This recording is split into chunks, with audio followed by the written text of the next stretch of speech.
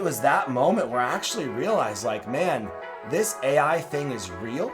We have lost sight in B2B SaaS of who matters. I just don't think companies actually give a shit about their customers. Companies that I considered working at 2 years ago have been commoditized overnight. Like, they are literally non-existent. Trust and value are the ultimate currency in this next wave of B2B SaaS. The world of BDRs, AEs, SEs, SAs, PS, CS, support, AM is fundamentally broken for a strong majority of businesses. This is the first time that I could really remember that we're at a level playing field. We're all kind of learning on the fly right now. If you aren't going from 0 to 1 right now, you won't have a job in the next couple of years. I don't think people realize the severity of that. If they're not taking the leap and jumping in, there's not going to be a job for you. Craig, that's a great haircut. You look wonderful today. You know, normally what you'll say is, what's remarkable about me is that my hair grows so fast. It is fast growing. Are you taking some kind of daily multivitamin? Good for cell reproduction.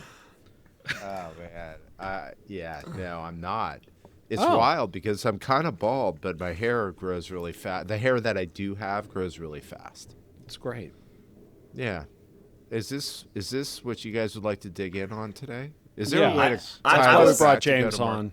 I was actually hoping we could talk about Craig's glasses because I've never met a man with more colored glasses in my entire life. You can't say colored anymore.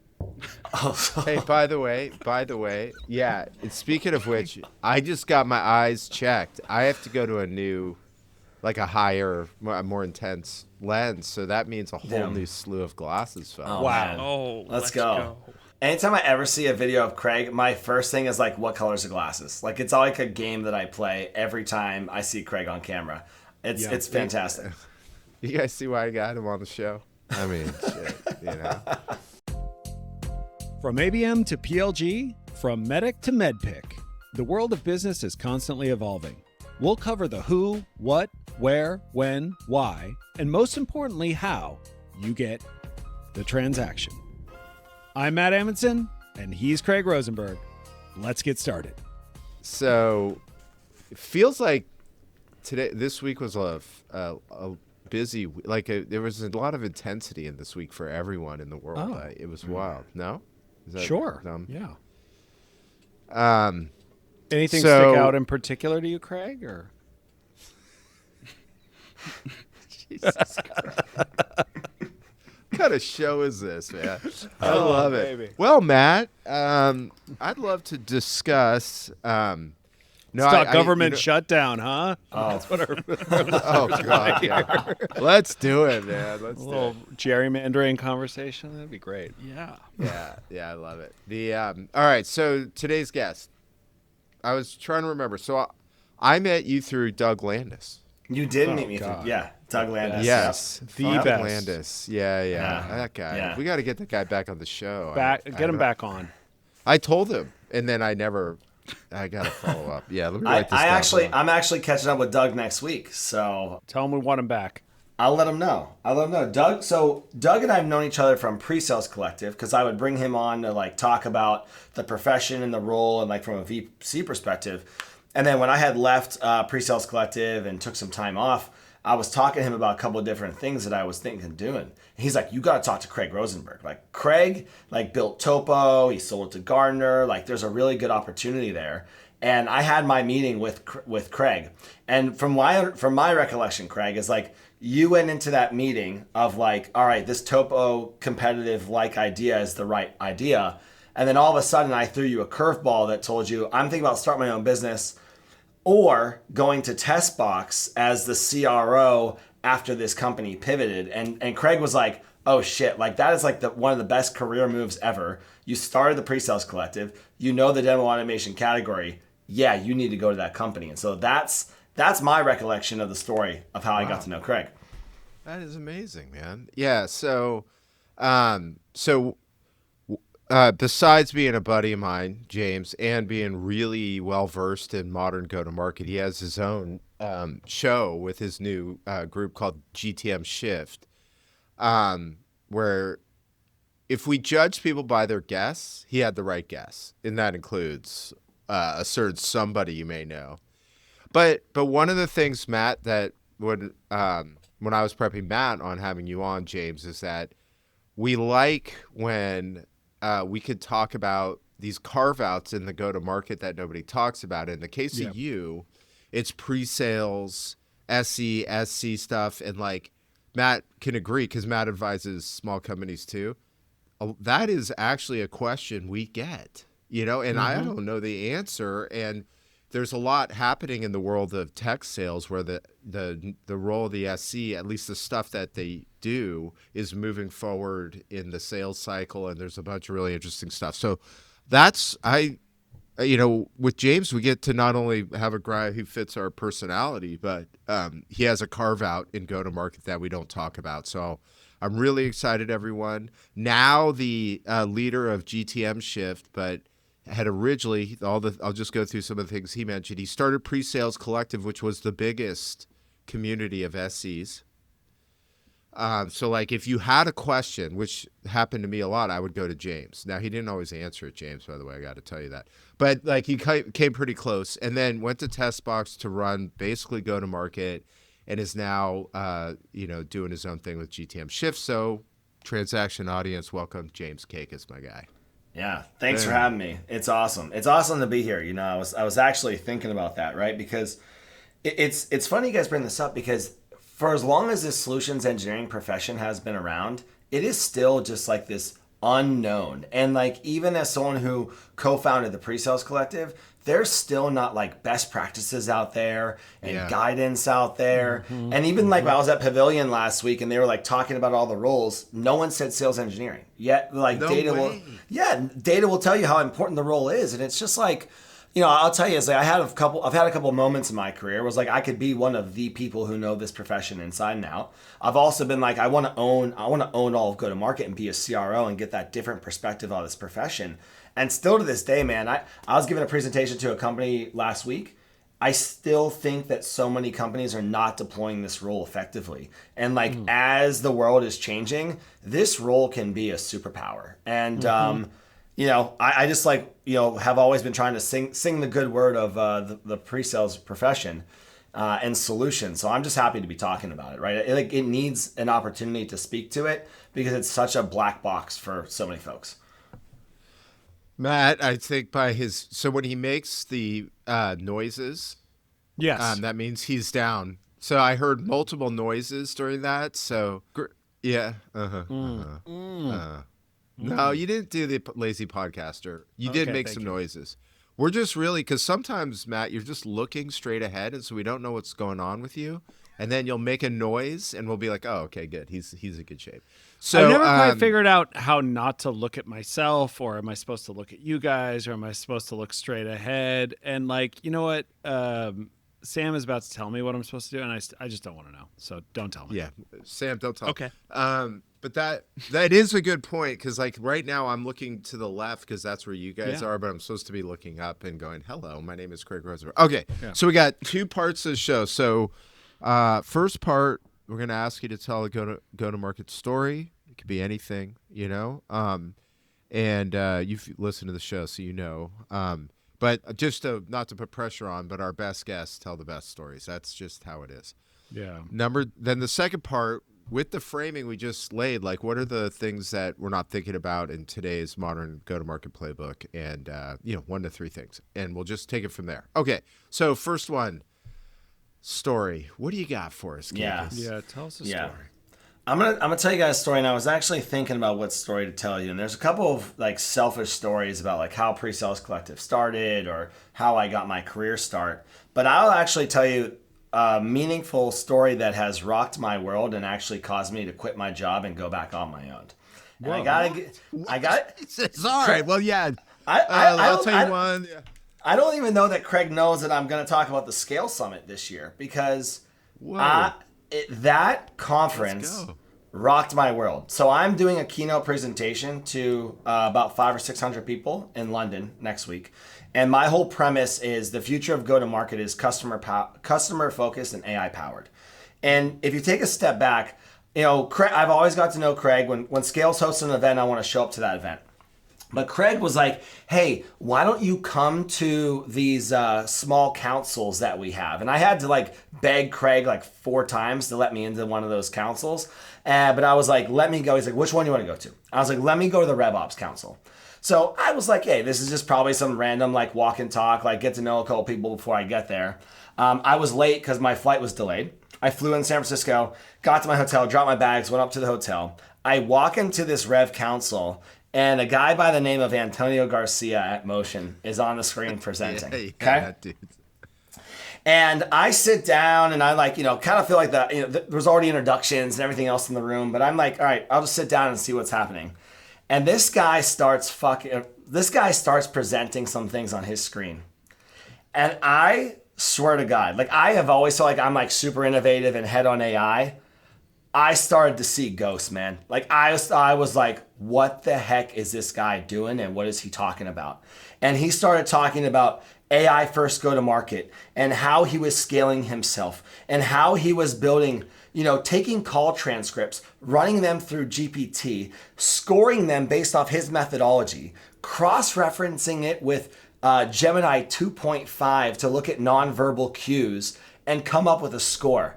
My whole foundation was rocked, man. Like it literally rocked. I grabbed a notebook from some person that wasn't there, started writing some notes, and I was like, okay, what are these technologies? What is the point of this? And I remember grabbing my phone and texting my RevOps person. And I was like, do you know this Antonio Garcia guy? Because like he's saying some things that I have never heard in my entire life. And, for that like next 45 minutes, I will tell you the core foundation of my entire go-to-market motion just changed because the things that he was presenting on screen and how tactical it was and the takeaway it was happening in their business, I actually had a moment like, holy shit, we're all in trouble. You know what I mean? Like if you really don't lean in and figure this out, we're in trouble. And I actually went and like introduced myself to him. I sat next to him at lunch. I started picking his brain. I've met with him probably 6 times. But it was that moment where I actually realized like, man, this AI thing is real.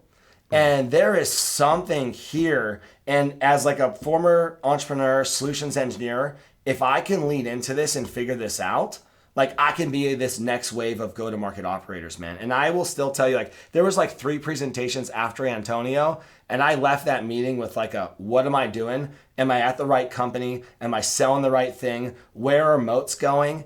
And that was the impetus. Ultimately, 6 months later, I left my job and went back out on my own, man. So I just wanted to throw that out there because I tell people that was a fundamental moment in my career where I'll look back and be like, my entire perspective changed.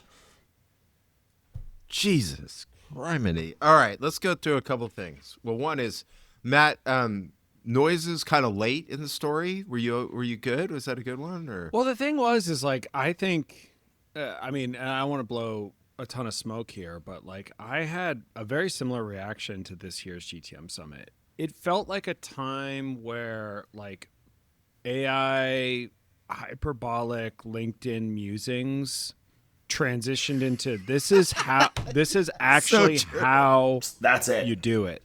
That's This it. is a So step-by-step true. guide of like what I do, what systems I use, how they interplay with one another, how I feed it back into my systems of record, whether it was like a marketing automation or a CRM. Like to me, it went from like, oh, there's a lot of people like sort of proselytizing about like the future of AI. And then suddenly it was like, here's 10 people that are doing it. And here's a step-by-step guide on how to. So I thought that was like one of the biggest takeaways I had from that conference was like, it wasn't very fluffy. It was highly tactical and tactical in spaces where people didn't have a good understanding of what to do. So in a lot of ways, it reminded me back in like, I don't know, the mid 2010s or early 2010s when people were suddenly like telling you how to do SalesLoft or how to run Marketo effectively. And it was like, nobody knew what to do. They knew these systems were the future. And people were like, oh, here's how you build the workflow. And here's like, at that show, it was, here's how you build the workflow for AI. Yeah. Let me comment. That was well said. Obviously, I'm involved in the creation of that. Mark Gustafaro on my team, really, and the team put that together. But so here is the thing that's so nuts, because you brought up Marketo, where one of the keys of Marketo was they built an army of people that were the only people that knew how to do it. Yeah. And the value was so legit that these people became like that army of people. I remember Bill Binch was like, I know we've arrived because VCs are asking, do you know how to use Marketo when they're meeting a CMO? Right. But here's the thing, that took 3 or 4 years. Yeah. This took days. Yeah. So James, Matt presented at Summit. He's okay with the fact they didn't go to his session because I didn't let you in. That's why. Otherwise, he'd be. But Matt, Furious. dude, I had Matt come on because he had packaged apps come talk at one of my virtual councils. And we also, what do we have? Boscovich and Socure on there. Boscovich, the beast. If you haven't seen his show, it's unbelievable on the transaction. Follow us, or what's our ad? Like Please and follow subscribe. us. Like and subscribe. So but Matt afterwards goes, literally, and just to make you feel comfortable, he said, fuck this.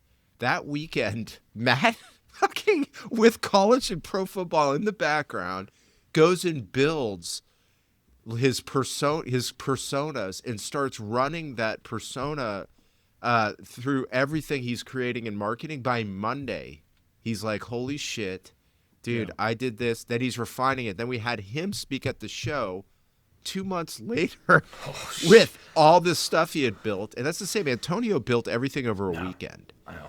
And so that's what's so nuts about it. So, dude, that was a great story. The other thing on the great story was just, this is that time. Now, what it will be for you, I don't know, but it is that time. Man, it is so cool. And I see on LinkedIn comments, this guy's like, well, there's no good use cases. And let me tell you, in my opinion, right now, the go-to-market AI is in this incredible phase of productivity driving. And the real test of any good app is if you went to the employee. So if I went to Matt and said, you're not allowed to use AI anymore, he'd be like, over my dead body. Yeah, right? Exactly. And that's the ROI people don't calculate when they're from MIT, but that's the one I know is true.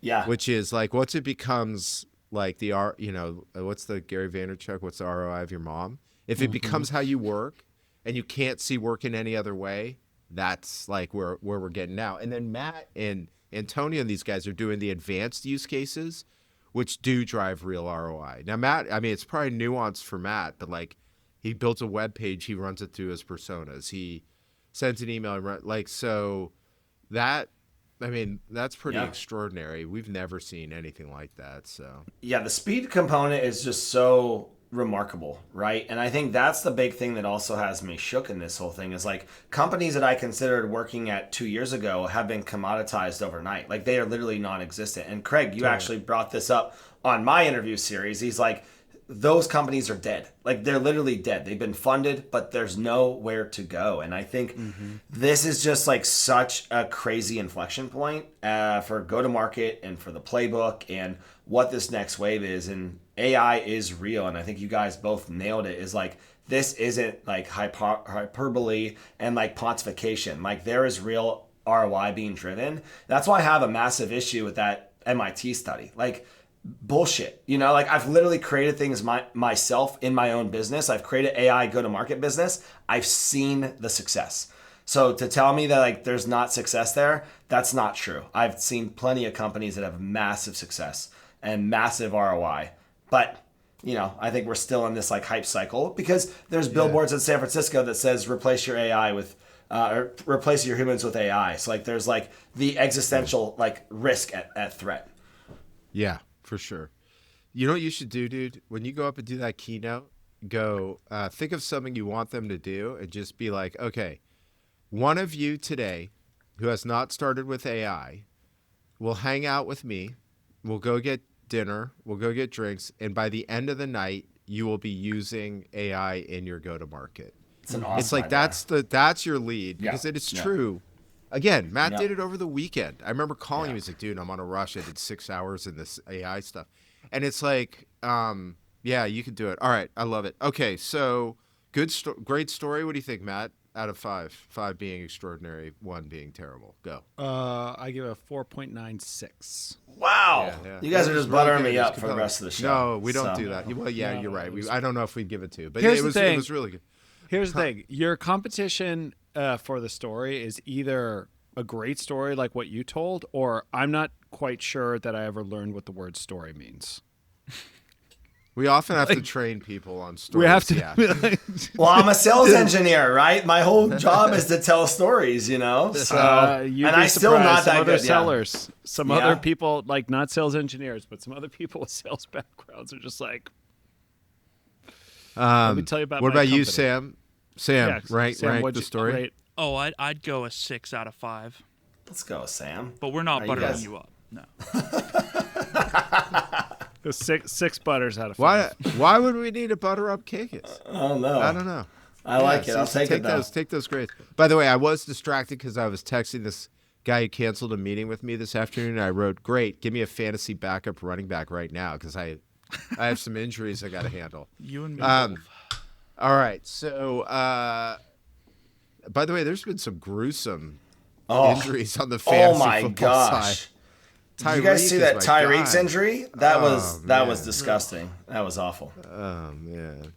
Put a graphic of it right here. Thanks. Yeah. Oh. Yeah. Slow-mo, zoom in to the knee. His By foot the was way, facing the wrong way. His I foot know, was facing I the know. wrong way. By the way, I have this theory because Matt's a football coach that he wants to hear, he wants the gossip because he follows the sport. But like when I told him the other day, he's like, "Oh, okay, bye." He do not want to embrace that shit. He's got 35 players he needs to take care of. He don't want to see Tyreek Hill's foot No. the other way. You know what I mean? No, I Like, also I don't like gruesome injuries. No. Yeah. Matt, for what it's worth, a fun fact about me that most people don't know is my college minors in athletic coaching and my master's degrees in sports sciences, and I did a master thesis on athletic coaching. So that's a fun fact most people don't know about. I used to coach youth football. Wow. That Look at that's these awesome. guys. Look at the two of us. Yeah, let's know. get Craig Dude, and would Sam you guys out of here. be at Let's Sam do to a click little off? chalk- Yeah. So I got 2 youth football coaches. That's good to know. Yeah.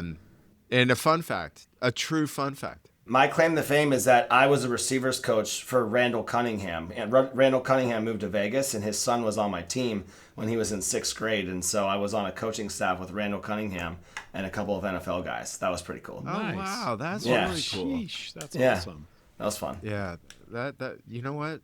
That's definitionally a fun fact. Yeah, that is, Definitionally. Yeah.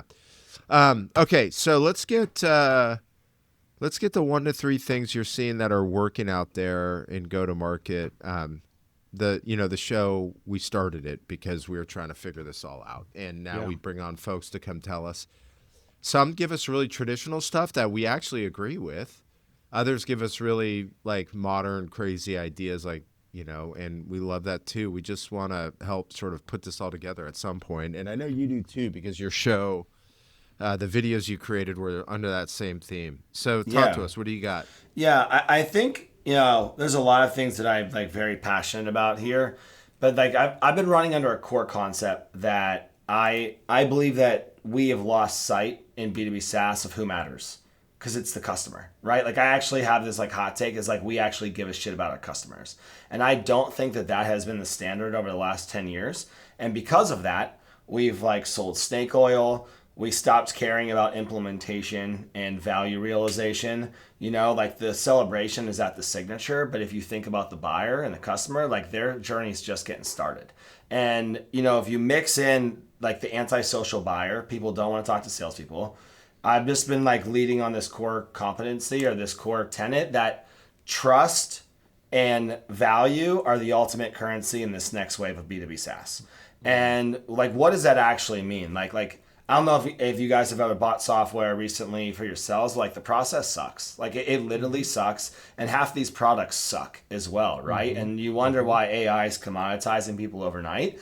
And so I think like the pendulum has shifted so much to buyers. And that's why we're seeing such change and like consolidation happening is that you've got, a lot of convergence of trends, but at the end of the day, like we're running these go-to-market motions from the predictable revenue model 20 years ago that just fundamentally don't work with all this tech bloat today, and like the buyer shifted. And so that's like a core competency like I'm happy to expand on, but like I just don't think companies actually give a shit about their customers, which is why now you have everyone who's just churning things out and they've got all these point solutions that won't survive over these next couple of years.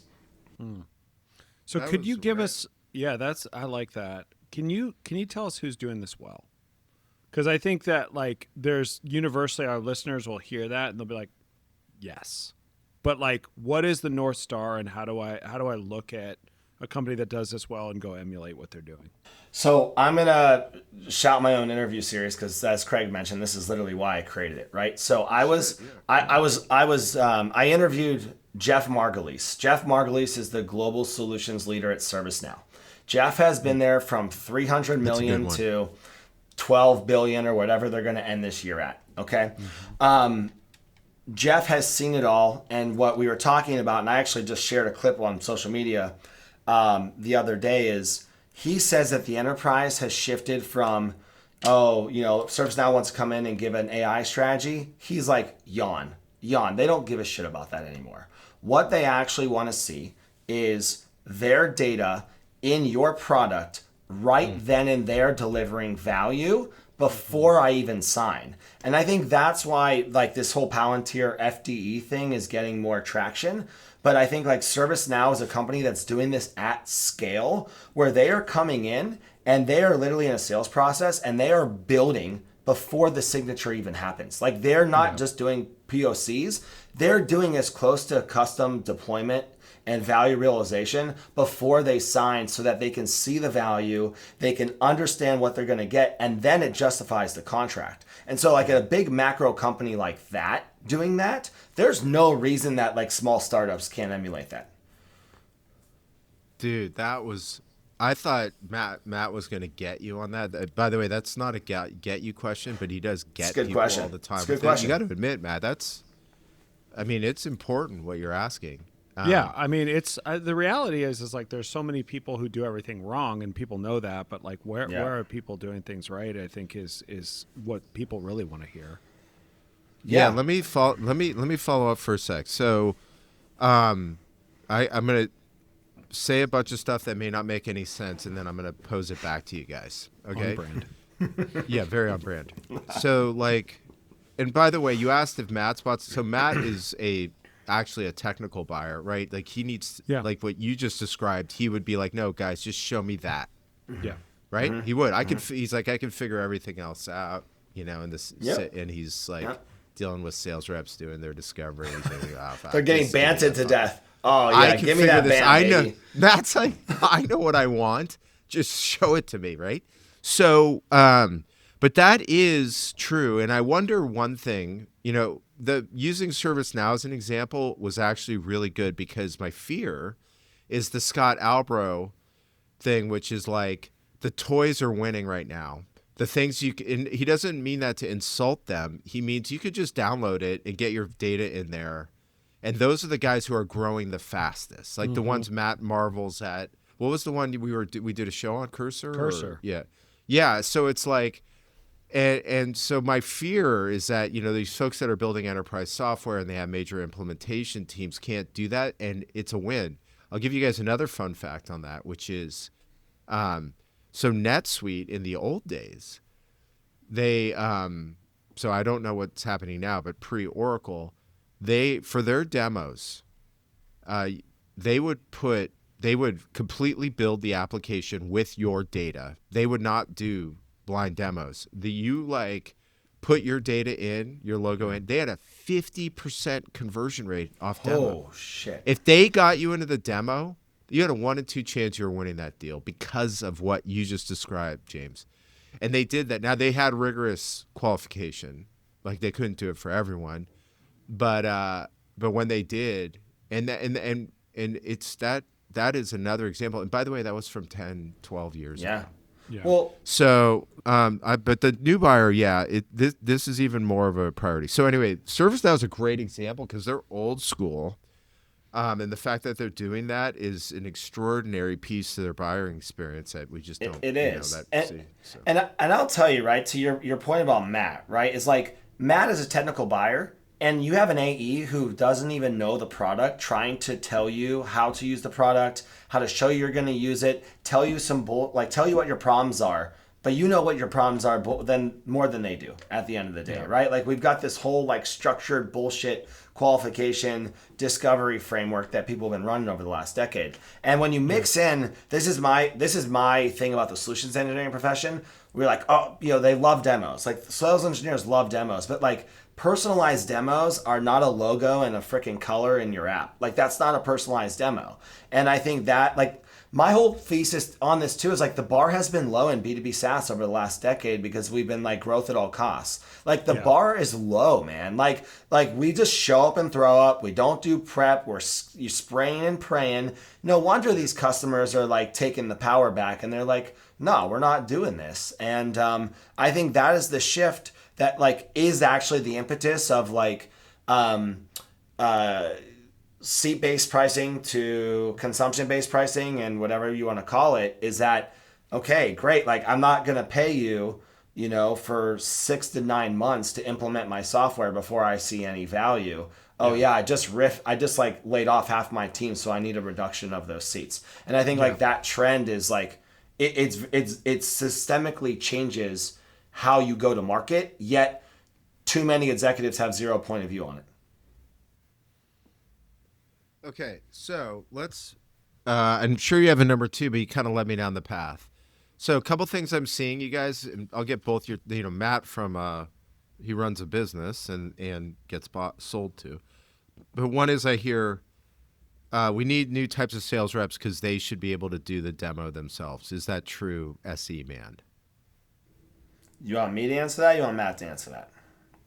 Well, Matt, I'm sure wants to hear what you have to say because he's probably trying to figure it out too. But okay. I mean, it's up to you guys. Okay, so I believe that the predicted the world of BDRs, AEs, SEs, SAs, PS, CS, support, AM is fundamentally broken for a strong majority of businesses.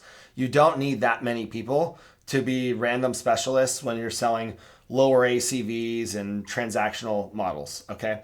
I think if you look at what the profile of the seller has been, we ask our sellers to do too much, right? Like no wonder they fail. We ask them to prospect. We ask them to, continue to build pipe, to progress deals, to do demos, to forecast, to know the pitch, to know the product. Depending on the business, like no wonder they're not successful. But with all the advancements in AI, right, the role of the rep should shrink. The role of the rep should be a customer-centric problem solver, which I believe is the role of the solutions engineer half the time.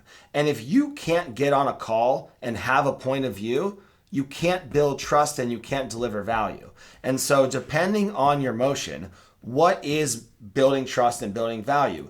Is it providing an industry point of view and acting as a consultant professional sales? Or is it being able to do a demo because you've got a pretty easy to manage product and I'm a sales rep and I'm trying to get you to buy product for your sales rep, but I'm not going to give you a demo?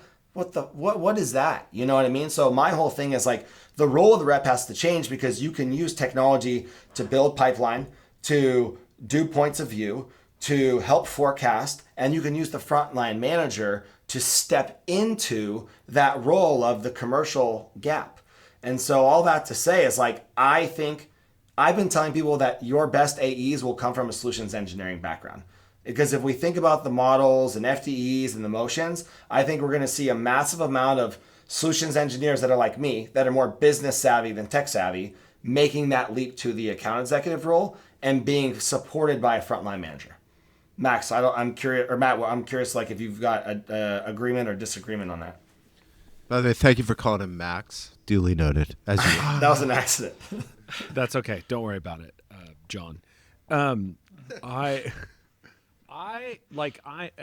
mean, I hate the answer to be like, oh, it depends, right? Like that became such like a weak answer to everything on LinkedIn there for a while. In the end, it depends.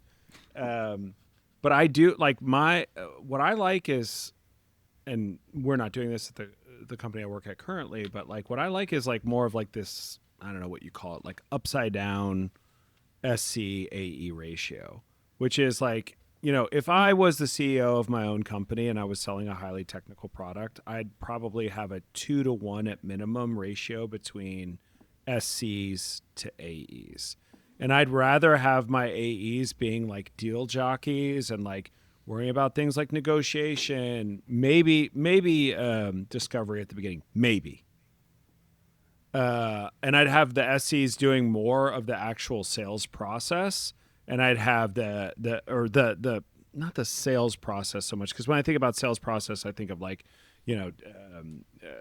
all the like sort of mechanics of selling, but like, like if it's a technical buyer, they want to talk to technical people. And like you can be the best AE on the planet and they're like, yeah, you don't know my fucking world, dude. Totally. Like I know you don't know my world. There's no amount of trust that you can build on this call because like you and I we operate in different ends of the spectrum. But like this SC here, that person knows my world.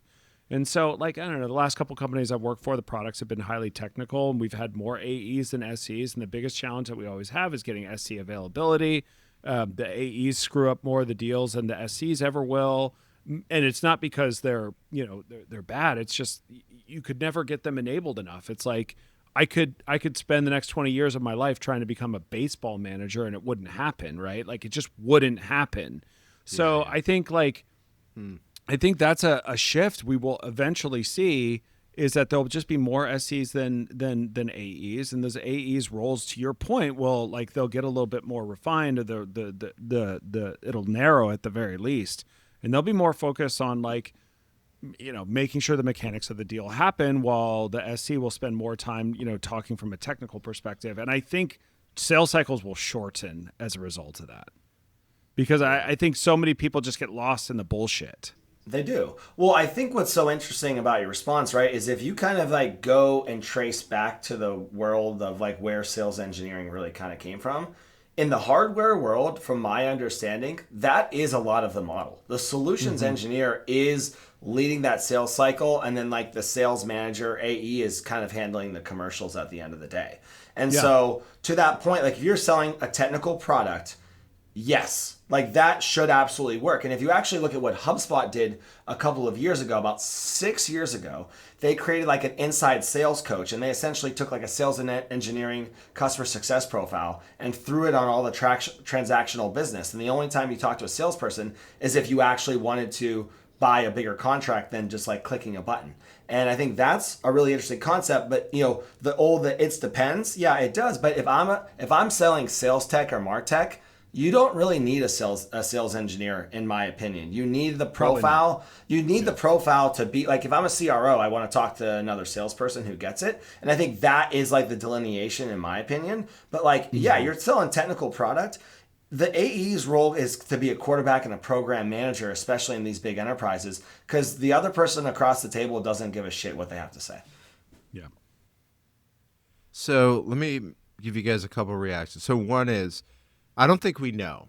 I think the first acknowledgement is that the buyer has a predisposition to get into the weeds faster than they did before, right? Sure. And we have to figure out how to solve it. Because here's the thing with the SCs, is they are trusted. I agree with Matt. I remember when I used to put Salesforce in, it was like I would just bypass the AE and go right to the SC. Yeah. Now you don't have to with sales, but like, at the time I did.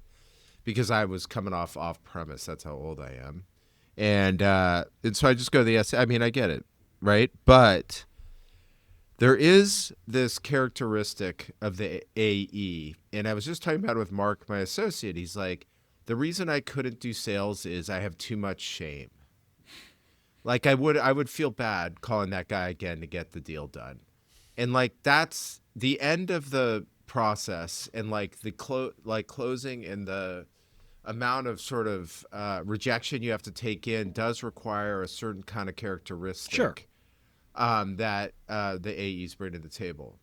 So that's why I think the models are, what we have to do is reconsider the model. So we had Boscovich on, and Matt, tell me if I'm wrong though. I just want to make sure. What he was saying is, one, he brought on pitch specialist, right? Or was it a demo specialist or pitch? Yeah, demo specialist, I think. Okay. And no, pitch, right? It was pitch. Pitch. It was like the whole prezo.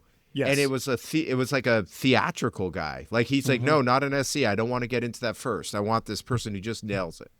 Okay. Number two, they micro segment so well that they can actually create custom demos and send in advance to the prospects so they get what you were just talking about, James, which is they want it. I think he said that, right, Matt? And then he said, I'm going to hire sales reps and go, guess what? You get to work for me and do the things that you want to do, which is close business and make money. And so like that's an interesting version of the model you are both dispositioning for. I will say what you guys were saying. MarTech will have to be sold in the future by people that can talk MarTech on a legit level. Because as Matt said, look, he gets on. It's a 27-year-old inside salesperson. He's like, he already knows everything about your product probably because he does his research. And it's just like, okay, kid, let's keep going here. Like and that's why he's going to move towards the SE. But like in business apps, the AE has to be able to handle this themselves. The highly technical ones, though, those are harder. Those are definitely harder. However, I'm going to make one other thing. So when I had Chris Degnan on my Gartner show, right, Snowflake CRO, and I asked him, what do you think of product-led, right? And he did not take the standard definition of product-led and went on this rant that I'll never forget. He said, product-led means everyone in the go-to-market organization is obsessed with the product. And I'm like, whoa, okay, that's product-led? And he's like, yeah, every salesperson that works for me has to show me that they cannot wait to dig into the product. They have to show me that like they did that research and they love it. And I'm going to make them do demos before they even start. We are like, I want product-led salespeople. It was so interesting. It was like a total misunderstanding on the question, but he built the team based on people that could talk product. And so that's another sort of flavor of the way people are responding to the changing buyer behavior. But I think something has to change, right? Like something has to change is the reality, right? And I think to those points is, sales today still feels like me sitting across the table from you. It doesn't have to, right? It can feel like, you're on the same side. Because think about, if you look at the stats from Gartner, how much time is someone actually spending with the vendor versus how much time are they spending internally navigating the politics, right? And so once they've identified a vendor, you are almost a consultant to help them buy the software, because especially for like folks who've never bought in software before or never bought at that current company, that is a massive, massive risk to your process. Like again, in my presentation, 86% of deals stall. And what I understand, according to Forrester, and what it actually stalls for is deal complexity and ultimately information override. Boom. Good. Boom. Yeah. All right. Yeah. It was kind of, yeah. It was the crowd. There's no crowd. Okay, cool. That is a huge topic that I'm not, this is where I'll just go back to. I don't know the answer, and I'm trying to help people through this stuff. And I just, and by the way, transitions like this to a new flavor of salesperson takes time. Yeah. So most of the sales leaders are used to the way they roll. Well, to that point, this is a concept I've been talking about more and more. Is like the more I think about it, the more I actually feel like the playing field has kind of leveled across software and go to market, right? Like this is the first time that I could really remember that we're at a level playing field where we're all kind of learning on the fly right now. And like people who've actually found success, they've found success in the last 6 to 12 months, not the last 5 to 10 years. And I don't know, I cannot remember a time, maybe 20 years ago when Salesforce was first getting started, where that was actually what was happening in the world. Yeah. James, I want to go off, stand here for a minute. So I've got a question. I'm very curious about your opinion on this. Like, where are the next great salespeople going to come from? When you ask that question, are you asking from like backgrounds or companies, or what does that question come from? Geographical basis. Arizona? No. for years in the Valley, you could be like, hey, I'm going to hire these people that came out of Oracle, right? Because like Oracle had this incredible training and like their approach to selling, sort of worked in most environments. And then, you could say like, oh, these ex-Salesforce people, whatever. But like I think we're sitting here saying selling is changing or selling has already changed. Like, what are the companies, or maybe not even the companies, what are like maybe the skill sets and who's developing those? Who's a thought leader in this space at this point, right? Like who's sort of Pied Piping, like this is what the next great salespeople are going to look like? It's hard to know.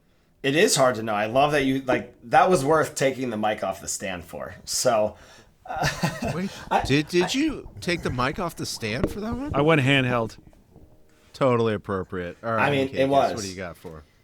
So, I could easily sit here and say like the ServiceNows of the world, the AWSs of the world, the Snowflakes of the world, I think are building these next waves because they're running like AI first and consumption based, and they're big enough that like they'll have the brand to go into these smaller stage companies. But that would be a bit of an easy answer. So let me take a little bit different of a response. I have been talking to a lot of AI native companies that have all started in the last 6 months or 12 months. Yeah. And the sales motion, kind of what I mentioned, was entirely different where like there's a company that's selling into pharmaceutical. Okay. That world, I don't really know a lot about. I was trying to do some research on it. They get the meeting. There's a highly skeptical technical buyer on the other side. Their sales process is just give me your data and let me put the data into the product and show you the product. And literally the product and the results do the selling in that moment. And so as the seller's profile, because I talked to the founder about this because we were strategizing, right? Is like, what is the role of that profile? What is the jobs to be done of that seller? And what is the profile that matches? And I think that there's something for industry, right? Like I'm very bullish on vertical SaaS right now as a moat because there's not too many left. But two, you have to have someone who can tell a narrative, they can tell a story with the data, and they can be consultative. And so I think those that come from the enterprise space, that come from, the complex workflow world, those are the folks that are going to be able to come in and do well. And like, let me just take a shot at something, but like all these power users with Clay, right? Like I've talked to Everett. I actually met Everett when I was chatting with Craig at that scale event, and got to know him a bit. He was telling me like Clay has been built for the highest fidelity user, right? It has been built for the super user. And if you go and think about that type of profile and make that person into a seller or sales like role, they can build trust. They can deliver value.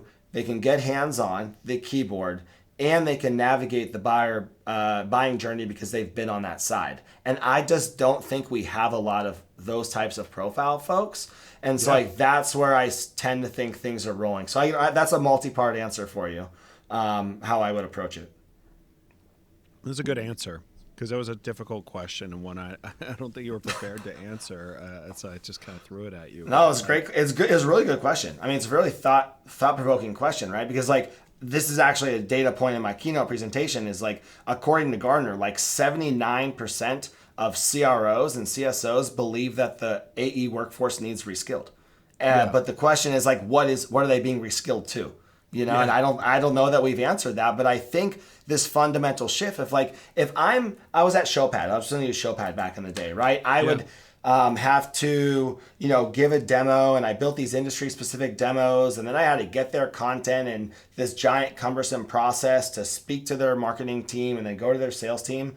If I'm now competing against a product that's just going to get the customer data, plug it in, and be able to show instant value, that's unlike anything we've really seen before, and that's going to fundamentally change everything about velocity and value delivery. And I would actually argue that like most of the rules in the predictable revenue model ultimately break down in that type of go-to-market motion. Yeah. Matt, what do you think of that answer? It was another good answer. James is quickly becoming one of my favorite guests. Let's go. Because he can think on his feet like crazy. But Matt, I don't know to go specific. Like you were saying, you're like, yes, we go in waves. We used to hire everyone out of Oracle, and then we hired everyone. We've been hiring everyone out of Salesforce for a while. We right? still do it. Yeah. Still do it, and then and so like there's that sort of, these are the guys that do go get them. I don't know that I think we're in this crazy transformation now. And per what James said, it's like everyone knows they need to change, but like, how do you do it? You're addicted to the classic sales processes. How do you do it? I think it's going to have to come once again from founder-led change to the go-to-market. Like it's going to be the young companies coming up that sort of, redo the type of salesperson, and then we'll sort of learn more. Is that a good assumption or no? I think that's the right answer. So Yeah. I think there's this opportunity for a lot of experimental selling right now. I've been that's advocating for a long time, especially for things that are lightweight, like really easy to install. The onboarding process is, maybe a couple of clicks. It's just integrating, right? Like in these scenarios, the sales motion I've been advocating for is like, hey, on your first call, like tell them exactly the value that you're going to provide for them. Say like, hey, you're going to sign a contract today that's going to come with a 3-week opt-out. At the end of this 3 weeks, if I've provided you not inadequate value or no value whatsoever, like you'll just opt out. But between now and then, the way I'm going to run the sales process is I'm going to onboard you. I'm going to enable you. We're going to run your first couple jobs, whatever that is, programs, whatever. And you're going to see so much value that at the end of the 3 weeks, the contract is already signed and we're done. And you're just a customer that's fully onboarded. So this will be a sales cycle unlike anything that you've ever done before. And like, that's like, if someone sold me that way, I'd be like, fuck yeah, that was badass. Right? Like you're basically saying you're giving me the sort of the illusion of choice, but also giving me an opt-out anytime I want. I have talked to some early stage investors who are suggesting, especially in this AI-led world, to run with that motion. Now it does come with like some ARR and revenue rec, totally. Issues, but at the same time, your finance team hates you at that point. Of course, but it de-risks the business, right? If you think about it, it de-risks it on both sides at the end of the day, and then you can try to get a little more predictability.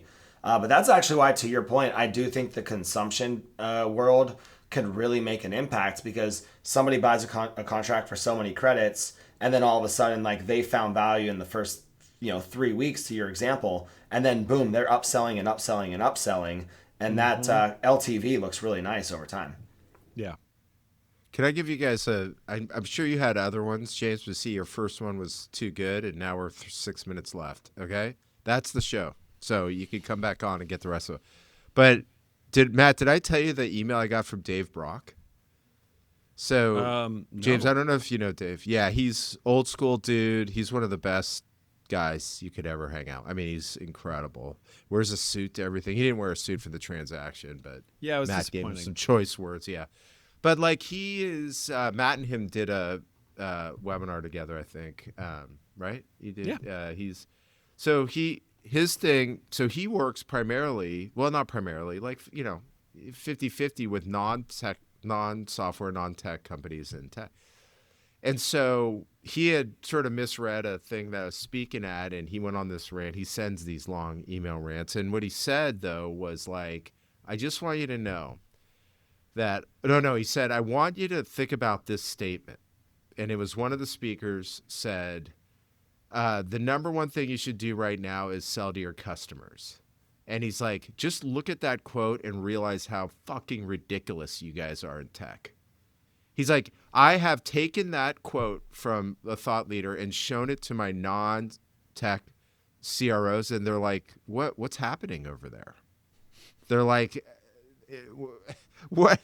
They don't know that like you could sell to customers and make a lot of money? It was, dude. He got me.